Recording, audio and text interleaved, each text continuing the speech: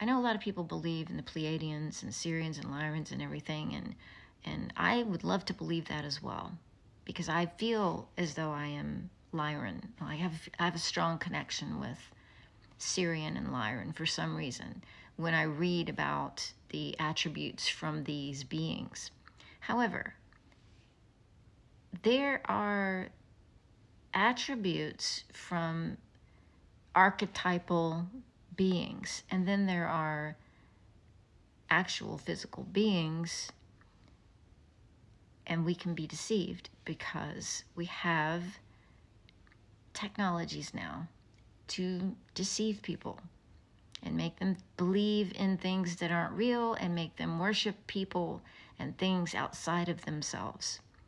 And I believe that's the danger of listening to a lot of these channeled messages. However, if they say to you, any of these beings, that the flat earth theory is ridiculous and wrong and stupid, do not listen to them. They are liars. That's how you know for a fact that you should not be listening to them. Now, if you don't follow the stuff that I post, you probably wouldn't know about the actual science behind the flat earth model of the world, which is a primer field based on implosion physics. And it explains the universal template, the galactic template, the atomic template, and the world template are all the same thing. It is the Holy Grail. Literally, it looks like a cup or a chalice. These two torus fields together, like nesting dolls, one within the next. And at the center or the bottom of the donut-shaped torus field is the flat plane. We have to start somewhere.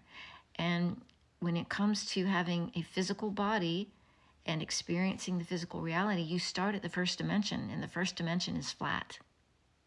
So, you may think it's ridiculous, but if you don't actually study and research the other model, you're not going to know. So you can't dismiss it unless you actually know what you're talking about. Now, remember that two models can explain the same phenomenon. And when I say explain, you have evidence that supports your theory, and then you say, okay, this explains this. That doesn't mean that's the true model just because you can explain something. So if two models explain the same theory, you have to know both of the models, both of the theories, and you have to understand that only one of them is going to apply to your reality, what you observe in your reality.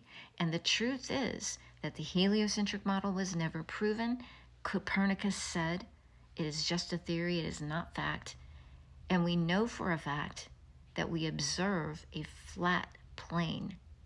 And that is because water is flat for 70% of the world. And that means that the world is flat. 70% of it has to be flat. So think about that.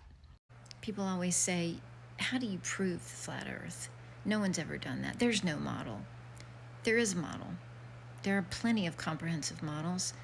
What do you have for the globe earth? You have this globe sitting on a desk in a schoolroom. That's your model of the ball world. But I want to tell you this. I want you to think about this. A missile can travel Mach 9, about 3,000 miles per hour, just a few meters above the surface of the ocean and hit a target 100 miles away. That is impossible if we live on a sphere. That is 8 inches per square mile squared of curvature and a circumference of 24,000, 25,000 miles. Because the horizon or the target should be 6,666 feet, love that number, right? Below the horizon or around the curve of said curved earth. I'm sorry, but that right there is your proof we do not live on a spinning ball.